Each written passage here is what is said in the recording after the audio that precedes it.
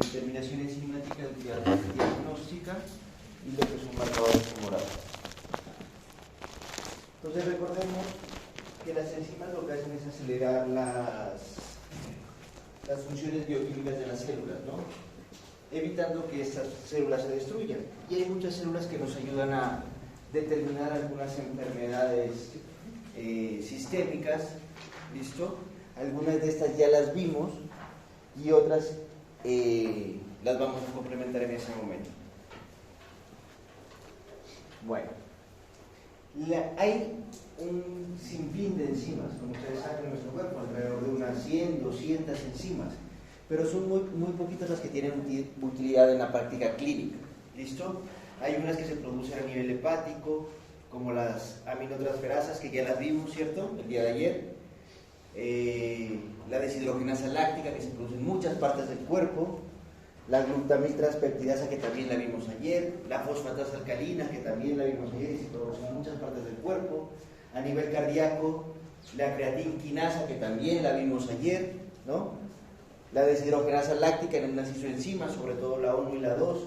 A nivel musculoesquelético, como lo dijimos ayer, la creatinquinasa total, que se produce también en una fracción en el músculo esquelético. La deshidrogenasa láctica, en su isoenzima es isómero 5. La aldolasa, a nivel del hueso la fosfatasa alcalina, a nivel de la próstata la fosfatasa ácida, a nivel del páncreas la amilasa y la lipasa, y a nivel cerebral la creatincinasa. Entonces esas son todas las enzimas que uno puede estudiar y que nos determinan ciertas enfermedades dependiendo de dónde se produzcan. Nos ayudan a determinar ese tipo de enfermedades. Bueno, todas las enzimas se expresan en unidades internacionales, ¿listo? Y hay 6 familias grandes de enzimas que tienen unos representantes específicos. Por ejemplo, las oxidorreductasas, el representante de este tipo de enzimas es la deshidrogenasa láctica, que es la que tiene principal función clínica. Las transferasas, que como lo dijimos ayer, transfieren los grupos aminos a ácido oxalacético y a ácido pirúvico, ¿no? Donde sus principales representantes son la alanino-aminotransferasa y la aspartato-aminotransferasa. Las hidrolasas, donde sus principales representantes son las fosfatasas, la fosfatasa ácida y la fosfatasa alcalina. Las diasas, donde su principal representante es la aldolasa. La isomerasa, donde su principal representante es la mutasa. Y las ligasas, donde su principal representante es el pirofosfato. Las dos últimas sin ninguna utilidad de tipo clínico. Bueno, entonces vamos a hablar de enzimas. Ayer vimos qué tipo de enzimas, las enzimas cardíacas, ¿cierto? Que eran de 3 tipos. Creatinquinasa, la cual se dividía en 3 fracciones. Creatinquinasa MM, que estaba en el músculo esquelético, la MB, que estaba en el corazón, y la MC, que se encontraba a nivel cerebral, ¿cierto? Hoy vamos a ver lo que son las enzimas pancreáticas. ¿Listo? ¿Y las enzimas pancreáticas para qué nos sirven? Para determinar los pacientes que tienen pancreatitis. ¿Listo? Nos ayudan a determinar los pacientes que tienen pancreatitis. Estas enzimas se filtran muy bien por el riñón, y ya vamos a ver para qué nos sirve saber que se filtren a través del riñón. Las dos principales enzimas pancreáticas son la amilasa y la lipasa. ¿Listo? Sin embargo, la más sensible y específica para determinar un paciente con pancreatitis es la lipasa. ¿Por qué? Porque la amilasa no únicamente se produce en el páncreas, o no únicamente se produce cuando hay patologías pancreáticas, sino también se produce cuando hay patologías de las glándulas salivales, porque también se produce a nivel de las glándulas salivales. ¿Listo? Por eso la lipasa es mucho más sensible y mucho más específica. La amilasa tiene una función que es desdoblar las grasas y el glucógeno de la boca, del estómago y del intestino, y se origina en las células acinales del páncreas, como les dije anteriormente, en las glándulas salivales. Esto es muy importante tenerlo en cuenta. La elevación se da en los primeros 3 días de la sospecha clínica. Entonces, por ejemplo, si a ustedes les llega un paciente con dolor abdominal y ustedes sospechan que el paciente tiene una pancreatitis y lleva menos de 3 días, la amilasa le va a salir elevada. Pero si lleva más de 3 días, la amilasa ya en sangre no le sale elevada. ¿Listo? Por eso lleva 5 días. Si le sale negativa no significa que no tenga pancreatitis, significa que la amilasa se depuró. ¿Listo? Entonces toca ver otras pruebas que posiblemente nos ayuden a determinar que el paciente puede tener pancreatitis. Y la otra cosa importante, lo que les dije anteriormente, no únicamente se eleva cuando hay pancreatitis, se puede elevar cuando hay patologías de las glándulas salivales. Dependiendo del número de veces que esté por encima del valor normal, nos puede encaminar hacia algún tipo de patología. Entonces, por ejemplo, cuando hay elevaciones moderadas de 3 a 5 veces el valor normal, nos puede sugerir que el paciente tiene posiblemente cáncer pancreático o puede tener parotiditis, lo que antiguamente se llamaba papea, inflamación de la glándula parótida. ¿Listo? Puede tener inflamación de las glándulas salivales, maxilares o sublinguales, o puede cursar con una úlcera péptica perforada. Pero cuando la elevación es más de 5 veces el valor normal, sí nos sugiere que el paciente tiene una pancreatitis aguda o que tenga un quiste pancreático, o medicamentos también nos pueden elevar las amilasas 5 veces por encima del valor normal, como por ejemplo la administración de morfina. ¿Listo? Por eso nosotros hablamos de que la lipasa es mucho más específica. Esta lipasa, a pesar de que también se origina a nivel pancreático, se puede originar en otras partes, como el hígado, el estómago, los leucocitos, las células de tejido adiposo. Sin embargo, se va a producir en muy poca cantidad. Sirve para diagnosticar también pancreatitis aguda, y esa tiene una ventaja, que esa se mantiene elevada hasta durante 10 días. Entonces, por ejemplo, si ustedes tienen un paciente con dolor abdominal en banda, muy sugerente de pancreatitis, y lleva 5 días de evolución, ¿qué le van a solicitar? ¿Una amilasa o una lipasa? Una lipasa, porque se mantiene elevada hasta 10 días. ¿Listo? Pero, por ejemplo, si tienen un paciente con dolor abdominal, igual en banda, sugerente de una pancreatitis, que lleva 2 días, ¿qué le van a solicitar? Una amilasa. ¿Listo? Y con eso determinar si está 5 veces por encima del valor normal, lo más probable es que el paciente tenga una pancreatitis.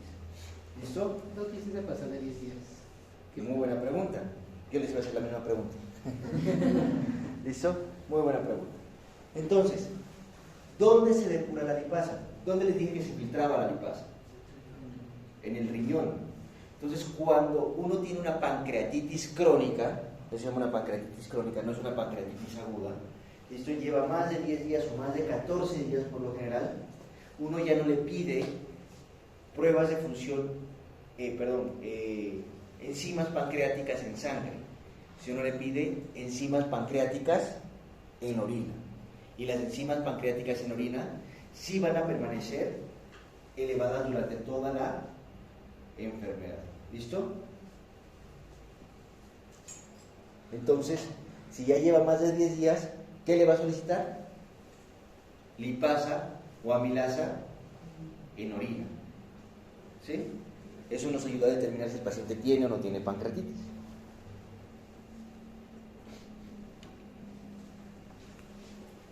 La fosfatasa ácida, entonces estas ya son otras enzimas, estas ya no nos sirven para diagnosticar pancreatitis.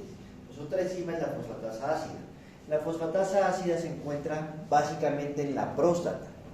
¿Se encuentra en otros órganos? Sí. Se puede encontrar en los eritrocitos, en los huesos, en las plaquetas, pero en la próstata se encuentra más de 100 veces lo que se encuentra en estos otros órganos. ¿Y para qué es útil la fosfatasa ácida? La fosfatasa ácida es útil para definir la presencia de metástasis de cáncer de próstata y cáncer mamario metastásico. ¿Listo?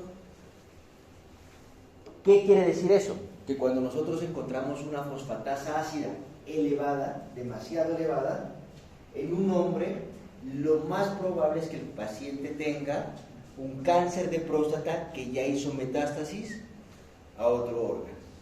¿Listo? Entonces, ¿nos servirá para detectar cáncer en etapas tempranas? No, nos sirve para detectar el cáncer ya cuando está en etapas tardías. ¿Listo? Igualmente en la mujer tiene próstata, no, pero nos sirve para determinar si la mujer tiene cáncer mamario metastásico. Determina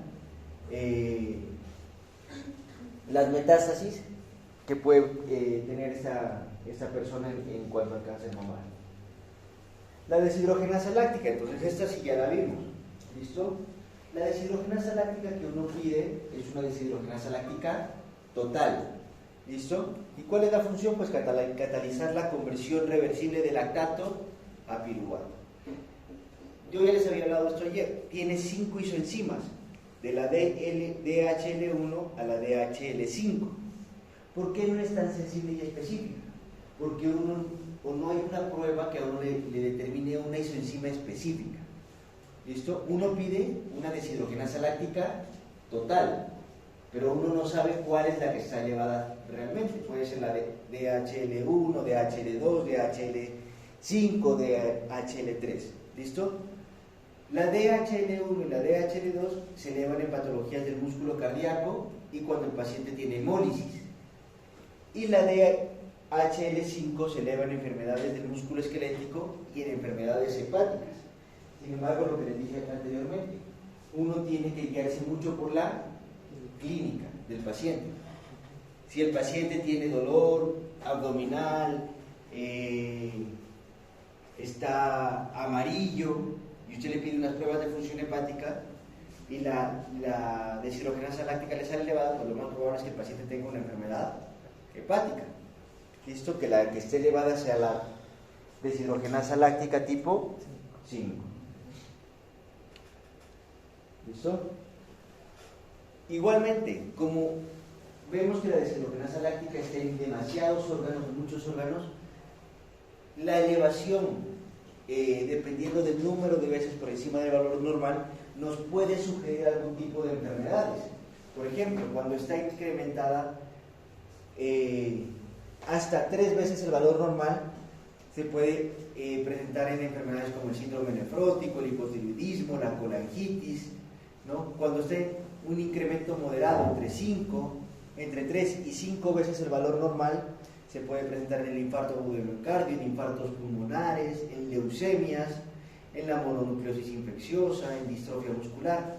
Y cuando ya hay un incremento por encima de 5 veces el valor normal, se puede presentar en las anemias, anemia megaloblásica, en cánceres, en hepatitis, en infartos renales.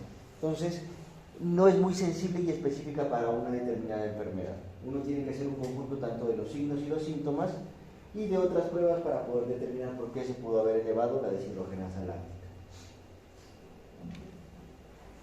La aldolasa. Entonces, la aldolasa es una enzima que se incrementa en los pacientes que tienen lesiones del músculo esquelético, en carcinomas metastásicos, en leucemia, en leucemia granulocítica, en anemias megaloblásticas, en anemias hemolíticas, infartos tisulares. Como vemos, tampoco es específica de una enfermedad. ¿Listo? Sin embargo, la aldolasa se la utiliza básicamente en una enfermedad, ¿listo? Que es la dermatomiositis. ¿Y para qué se la utiliza en la dermatomiositis? Para determinar la severidad de la enfermedad. Mientras más alta esté la aldolasa, más severa la enfermedad. No nos diagnostica dermatomiositis, porque como lo vemos se puede elevar por cualquier cosa. Pero si el paciente ya tiene diagnóstico de dermatomiositis, usted le pide aldolasa y eso dice si la enfermedad que tiene el paciente está en un estado crítico severo o es una enfermedad que se la puede manejar. ¿Listo? Básicamente para eso se utiliza este tipo de enzima, que es la aldolasa, no para hacer el diagnóstico de ningún tipo de enfermedad.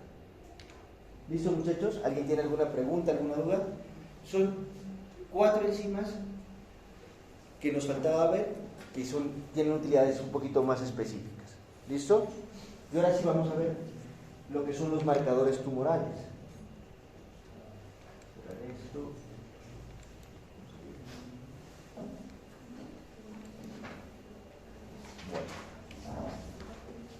Entonces, los marcadores tumorales. Recordemos que un tumor es que el crecimiento de unas células que son de tipo anormal. Eso es un tumor, que se puede presentar en cualquier parte del cuerpo.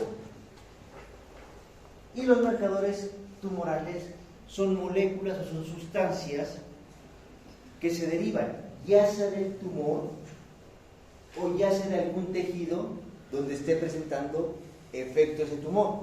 Los marcadores tumorales no son específicos tampoco de un tumor. Los marcadores tumorales nos sirven básicamente para determinar el pronóstico de la enfermedad y la severidad de la enfermedad. ¿Listo? Tenemos muchos marcadores tumorales. ¿Listo? Y vamos pues ahorita a ver cada uno de ellos básicamente cuáles son las aplicaciones clínicas que uno le puede dar y cómo se los puede interpretar. La alfa-fetoproteína. Entonces la alfa-fetoproteína la podemos encontrar ¿en dónde? En la placenta, o es una glucoproteína que se encuentra en la placenta y en el feto. Esta puede atravesar la placenta y salir al torrente sanguíneo materno. Y usted cuando lo encuentra en el torrente sanguíneo materno, nos indica que posiblemente el feto tenga defectos del tubo neural. ¿Sí queda claro? Entonces usted le toma, la mujer está embarazada, usted le toma una alfa-fetoproteína a la mamá, y si sale positivo, sale demasiado elevada, lo que tiene que sospechar es que el bebé venga con defectos del tubo neural. ¿Listo? También nos sirve como un antígeno oncofetal. ¿Listo? ¿Qué quiere decir esto? Que se puede producir en algunos tumores de las células germinales, como por ejemplo los teratoblastomas. ¿Listo? También se puede encontrar elevada en carcinoma de ovario, en el hombre en carcinomas de testículo, en hepatomas o tumores hepáticos. También se puede encontrar elevada en metástasis hepáticas, y la podemos encontrar elevada también en enfermedades no malignas, como por ejemplo en la cirrosis, en la hepatitis, la necrosis hepática. ¿Listo? Entonces, como miramos, los marcadores tumorales no son específicos de un tumor, ¿listo? Sino que debemos abordarlo con la clínica del paciente, ¿listo? Y más nos sirven es para determinar el pronóstico del paciente, ¿listo? O la respuesta al tratamiento. Entonces, por ejemplo, si nosotros tenemos un paciente con un hepatoma, con un tumor hepático, le solicitamos una alfa-fetoproteína, ¿cómo la vamos a encontrar? Elevada, ¿listo? Y si a este paciente le hacemos resección del tumor, o le hacemos quimio o radioterapia, ¿qué tiene que pasar con la alfa-fetoproteína? Tiene que comenzar a disminuir, ¿listo? Eso quiere decir que el tratamiento es efectivo, ¿listo? Pero, por ejemplo, si nosotros hacemos resección de ese tumor, operamos ese tumor, lo sacamos, y listo, le damos ahí al paciente, y usted le vuelve a tomar otra alfa-fetoproteína de aquí a un año, ¿qué significa? Y sale positiva nuevamente, ¿qué significa? Que no le quitaron todo el tumor. ¿Cómo? No le quitaron todo el tumor. Que no le quitaron todo el tumor, o que hay recidiva nuevamente, que volvió a crecer nuevamente el tumor. ¿Listo? Por eso les digo, eso sirve más para pronóstico y para seguimiento de los tratamientos. El antígeno CA125. Entonces, normalmente usted puede encontrar ese antígeno en algunas partes del cuerpo, como la trompa de Falopio, el endometrio, el endocérvix, lo encuentra en pequeñas cantidades, pero se puede encontrar elevado en cánceres. ¿En cánceres de qué? Cánceres de ovario, cáncer de cérvix, cáncer de las trompas de Falopio, y en patologías no tumorales como la endometriosis. El antígeno CA19-9. El antígeno CA19-9 inicialmente se utilizaba para el diagnóstico de carcinoma colorectal. ¿Listo? Sin embargo, se dieron cuenta que no únicamente se presenta cuando hay cáncer colorectal, sino se presenta también cuando puede haber carcinoma de otras partes del aparato gastrointestinal, como el páncreas, y se puede presentar en enfermedades que no son de tipo maligno, como la pancreatitis o la fibrosis quística. ¿Listo? ¿Para qué nos sirve este CA19-9. Este CA19-9 nos sirve básicamente para determinar la eficacia del tratamiento, ¿listo? Cuando hay un carcinoma colorectal. Entonces, lo que les decía anteriormente, si tiene un cáncer de colon ya diagnosticado y le hacen resección colónica, o le hacen resección del intestino, uno lo que tiene que evaluar de aquí a un año nuevamente el CA19-9 a ver si hubo recidivas tumorales. ¿Listo? El CA15-3. El CA15-3 también es un antígeno que nos sirve para evaluar cáncer de mama, ¿listo? Cáncer de pulmón o metástasis del cáncer de mama. Y este es el más sensible y específico para detectar las metástasis. Por eso, el antígeno CA15-3 se eleva cuando el cáncer ya está en etapas tardías. Usted no lo va a encontrar en etapas tempranas del cáncer. Entonces, una paciente puede tener cáncer de mama ya diagnosticado y usted le puede tomar un antígeno CA15-3 y sale negativo. ¿Significa que no tiene cáncer de mama? No. Significa que la paciente posiblemente no tenga metástasis de cáncer de mama. O sea, que el cáncer de mama se encuentra únicamente localizado en la mama. Pero si usted ya lo encuentra positivo, ¿qué quiere decir? Que el cáncer salió de la cápsula, o las células cancerígenas del cáncer de mama salieron de la cápsula y ya están comenzando a invadir otros órganos. ¿Listo? ¿Y qué es lo que tiene que hacer? Buscar qué otros órganos están invadiendo. Entonces tomarle una radiografía de tórax, una radiografía de pelvis, una gamografía ósea, a ver si se está invadiendo alguno otro de esos órganos. El antígeno carcinoembrionario. El antígeno carcinoembrionario también nos sirve para determinar enfermedades malignas del tubo digestivo, incluyendo el páncreas, enfermedades malignas del pulmón, de mama, de ovario. Este antígeno carcinoembrionario también es útil o se eleva en etapas tardías de la enfermedad cuando hay metástasis del cáncer de mama. Sin embargo, el más sensible y específico es ¿cuál? El CA15-3. ¿Listo?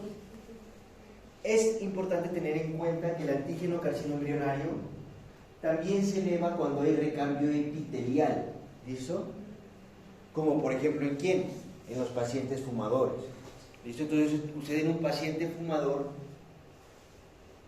crónico o un fumador pesado que haya fumado más de 10, 15, 20 años en grandes cantidades, puede encontrar un antígeno carcinoembrionario elevado sin necesidad de que tenga cáncer de pulmón, porque únicamente por el recambio epitelial que produce el cigarrillo a este nivel.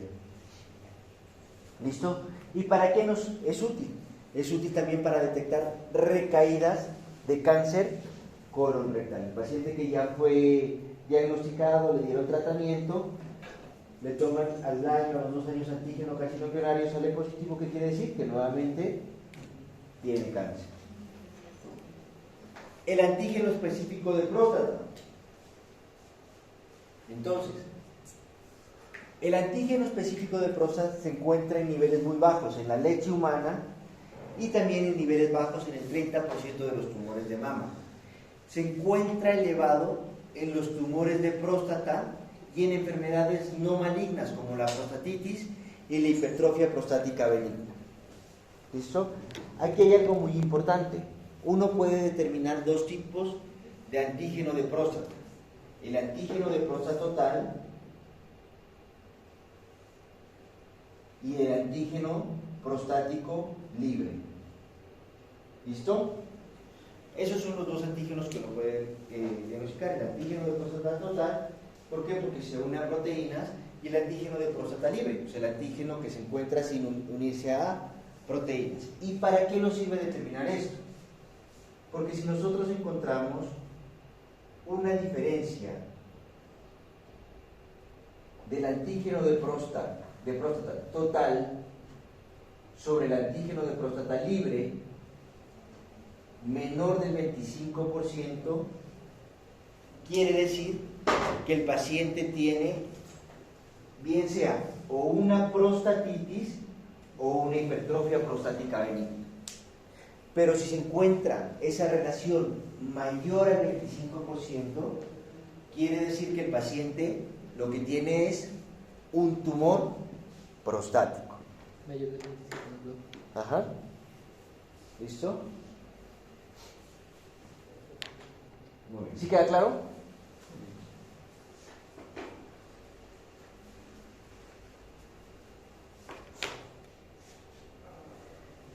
La gonadotrofina coriónica humana. Entonces, la gonadotrofina coriónica humana se encuentra normalmente en el embarazo. Cuando usted toma una prueba de embarazo, ya sea en orina, en sangre, lo que detecta es esta hormona, la gonadotrofina coriónica humana beta. ¿Listo? Entonces, las mujeres que van y compran en la farmacia una prueba de embarazo, orinan ahí, lo que están detectando en orina es esta hormona. ¿Listo? Entonces se encuentra normalmente en el embarazo. Pero también se puede encontrar en algunos cánceres, ¿como cuáles? Como el coriocarcinoma o la mola hidatiforme. Y en hombres, en el cáncer testicular o en el cáncer de las líneas germinales. Pero eso es cuando un hombre orina en una prueba de embarazo y sale positivo es por cáncer, ¿no? Si un hombre orina en una prueba de embarazo y le sale positiva la prueba de embarazo, no significa que esté embarazada. Es cáncer. ¿Listo? Un cáncer testicular o cáncer de las líneas germinales. Igual en las mujeres. Entonces a veces las mujeres se asustan. Entonces van y dicen, no, es que no me ha llegado. Se hacen una prueba de embarazo y le sale positiva. Y van donde el médico y le dice, no, lo que pasa es que me sale una prueba de embarazo positiva. Ah, bueno, le vamos a tomar una ecografía obstétrica para ver cómo es el bebé. Y le toman la ecografía obstétrica y no tiene nada, no hay bebé. Entonces, ¿qué significa? Que pues, la paciente no está embarazada, lo que tiene es un coriocarcinoma. ¿Sí? ¿Sí queda claro? Entonces, por eso no se vayan a asustar. De pronto. No, mentira, pues más se tienen que asustar. Las mujeres, claro. ¿Qué prefieren? ¿Tener un bebé o tener un cáncer? ¿Ah? ¿Ninguno de los dos? ¿Ah? Ahorita todos se tienen que hacer pruebas de embarazo. Bueno. La tiroglobulina. Entonces ya vimos también la tiroglobulina, ¿cierto? Es una proteína que se produce a nivel folicular, ¿en dónde? En la glándula tiroides, ¿cierto? ¿Sí se acuerdan, no? Cuando vimos la glándula tiroides. La tiroglobulina puede estar, pues nosotros ya sabemos que puede estar en valores normales, hay unos valores normales, pero puede estar elevada en tiroiditis, en la hiperfunción tiroidea, o sea, por ejemplo, pacientes que tienen T3 y T4 elevadas, por ejemplo, ¿qué pacientes? Los pacientes con hipertiroidismo, o pacientes que tengan cáncer de tiroides, pero no cualquier cáncer de tiroides. Los cánceres de tiroides se dividen en dos tipos, foliculares y medulares. ¿Listo? Entonces la tiroglobulina se eleva en los pacientes que tienen cáncer de tiroides folicular. ¿Listo? Y no se eleva en los pacientes que tienen cáncer de tiroides medular. Entonces usted puede tener en la tiroides una masa. Usted dice, me voy a tomar unos marcadores tumorales. Y se toma una tiroglobulina. Y le sale negativo, ¿no? Le sale que está normal. ¿Tiene cáncer? No tiene cáncer de tiroides folicular, pero no sabe si esa masa es un cáncer de tiroides medular. ¿Listo? La calcitonina, también lo vimos. ¿Dónde se produce la calcitonina? En la glándula tiroides. Y la calcitonina sí se eleva cuando hay cáncer de tiroides medular. Entonces ahí está la gran diferencia. Entonces, ¿qué debemos solicitar? Calcitonina y tiroglobulina. La calcitonina sale positiva, nos indica que hay cáncer medular, y la tiroglobulina sale positiva, cáncer folicular. ¿Listo? La gastrina. Entonces ya sabemos que la gastrina es secretada por las células G de la porción del antro pilórico y se encuentra en tumores productores de gastrina que se denominan gastrinomas. ¿Listo? Y estos gastrinomas se pueden encontrar en el páncreas, en el duodeno, en el estómago, ¿no? Y también se puede elevar en algunas otras patologías que no son tumorales, como por ejemplo en la úlcera péptica o el síndrome de Solier-Ellison. ¿Por qué? Porque hay mayor producción ¿de qué? De gastrina.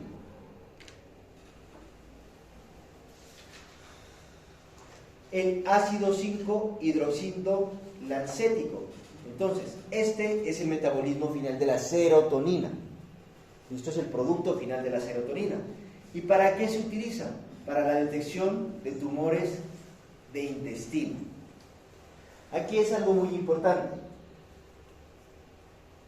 El valor menor de 6 miligramos al día es normal. Uno puede encontrar, ¿no?, valores menores de 6 miligramos al día. ¿Por qué? Porque nosotros producimos serotonina, estamos produciendo serotonina siempre. ¿Listo? Entonces, valores muy bajitos de 6 miligramos al día es normal. Valores por encima de 20 miligramos al día nos indican que el paciente posiblemente tenga un cáncer intestinal. ¿Listo? Pero valores entre 6 y 20 miligramos al día no lo puede dar cualquier otra cosa. Por ejemplo, enfermedad de Whipple, por ejemplo, el embarazo, por ejemplo, la mujer que está ovulando. ¿Listo? Las personas que tienen dietas ricas en serotonina. ¿Dónde se encuentra la serotonina en el alimento?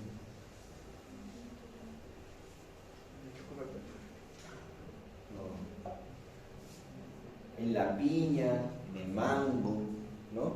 Tienen gran cantidad de serotonina. ¿Listo? Entonces, pacientes que comen bastante serotonina o alimentos ricos en serotonina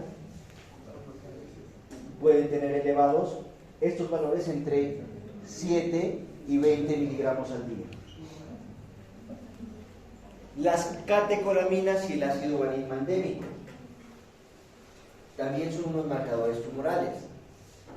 Entonces, recordemos que hay tumores que producen efectos, digamos así, efectos cardiovasculares de gran medida. Por ejemplo, el feocromocitoma y el neuroblastoma. El feocromocitoma es un tumor que se encuentra a nivel de la glándula suprarrenal. ¿Listo? A nivel de las glándulas suprarrenales. Y recordemos que cuando tenemos un feocromocitoma se va a estimular la producción de catecolaminas, porque en las glándulas suprarrenales se producen las catecolaminas. ¿Cuáles son las catecolaminas? La dopamina, la norepinefrina, la epinefrina. Cuando cuando la persona tiene un feocromocitoma, entonces estimula estas catecolaminas y el paciente, ¿qué va a tener? Hipertensión desmedida, porque las catecolaminas lo que hacen es ¿qué? Vasoconstricción. ¿Listo? Entonces el paciente va a tener hipertensión. Entonces nosotros, para determinar si el paciente tiene un feocromocitoma o un neuroblastoma, no le vamos a pedir catecolaminas. ¿Listo? Lo que tenemos que pedirle es ácido valinmandémico o metanefrinas en orina de 24 horas. ¿Listo? Si esas salen positivas, ¿qué quiere decir? Que el paciente tiene un feocromocitoma que está estimulando la glándula suprarrenal o un neuroblastoma y que eso está produciendo dopamina o norepinefrina o epinefrina. Entonces, por ejemplo, los pacientes jóvenes o las personas jóvenes hipertensas, una persona joven no tiene por qué tener hipertensión. Me refiero joven ¿a qué? A cualquier persona que sea menor que yo. ¿Listo? ¿Listo? No, una persona joven quiere decir una persona menor de 50 años. Por eso, menor de 50 años es una persona joven. ¿Listo? Entonces, por ejemplo, las personas jóvenes menores de 50 años, ellos no tienen por qué ser hipertensos. ¿Listo? Entonces uno piensa que la hipertensión sea secundaria a algo. ¿Listo? Y una de las causas de esa hipertensión secundaria puede ser un feocromocitoma. ¿Listo?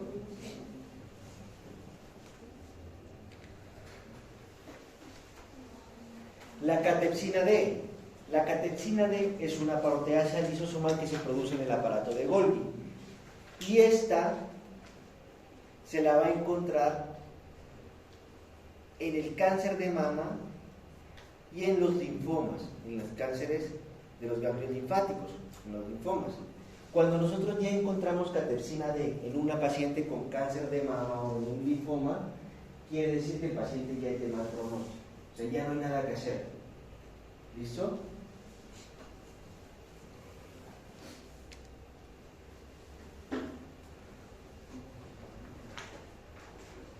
La oncoproteína SERB2 es una fosfoglucoproteína de 185 kilodaltons. Esta la vamos a encontrar en el cáncer de mama, elevada en el cáncer de ovario, y su elevación también es un dato de mal pronóstico.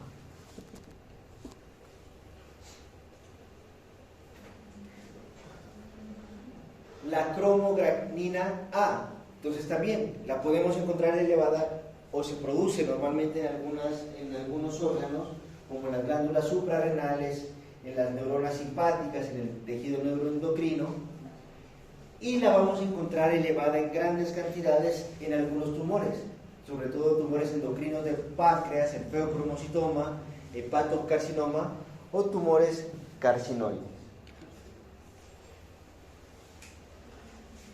Las citoqueratinas. Entonces, las citoqueratinas la podemos encontrar elevada en tumores bronquiales de las células epiteliales, cáncer de pulmón, de células pequeñas, carcinoma pulmonar. Este es un marcador tumoral muy específico de tumores de tipo pulmonar. ¿Listo? Hay adenocarcinomas pulmonares. El antígeno tisular específico y el polipéptido tisular específico es otro marcador tumoral que se encuentra en neoplasias de mama, pulmón, tracto gastrointestinal, ginecológicas, tumores hepatocelulares. Esto es muy importante que tengan en cuenta. Entonces, el receptor del factor de crecimiento epidérmico es una glicoproteína de 170 kilodaltons. ¿Listo? Entonces, se lo encuentra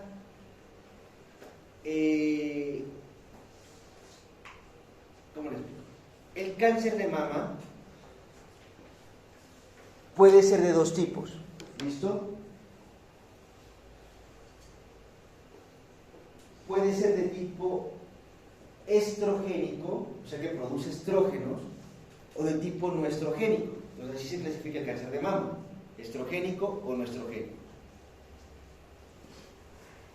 El receptor de factor de crecimiento epidérmico, ¿qué nos indica? Que es un cáncer de mama no estrogénico. O sea, si está positivo, quiere decir que es un cáncer de mama no estrogénico. Y los cánceres de mama no estrogénicos tienen muy mal pronóstico. O sea, se mueren muy rápido esas personas, a pesar de lo que se les haga. ¿Listo? Y hay unos receptores también que son antígenos, que son los receptores de estrógenos. Estos receptores de estrógenos, igual, entonces, como les dije, nos sirven ¿para qué? Para determinar el pronóstico de los pacientes con cáncer de mama.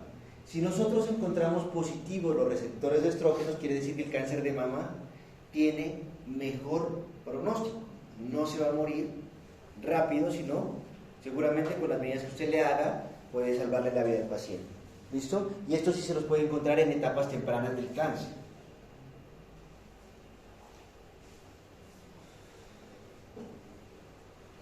Nosotros podemos tener los dos receptores positivos. Podemos tener receptor de factor de crecimiento epidérmico positivo y receptor estrogénico positivo. Entonces, el tumor de mama será estrogénico o no estrogénico. La mitad sí, la mitad no. ¿Ah? No, es no estrogénico. ¿Listo? ¿Por qué? Porque solo se puede presentar en este receptor, se puede presentar positivo en el 60% de los pacientes. No es muy específico. ¿Listo? Muy bien. Este es un cuadrito pues que les va a servir bastante. Aquí pueden estudiar ya prácticamente todos los marcadores tumorales, dónde se producen y qué tipo de cánceres ¿Listo? Como un pequeño resumen. ¿Listo, muchachos? Muy bien. Listo, muchachos. Entonces vamos a dejar ahí y nos vemos el día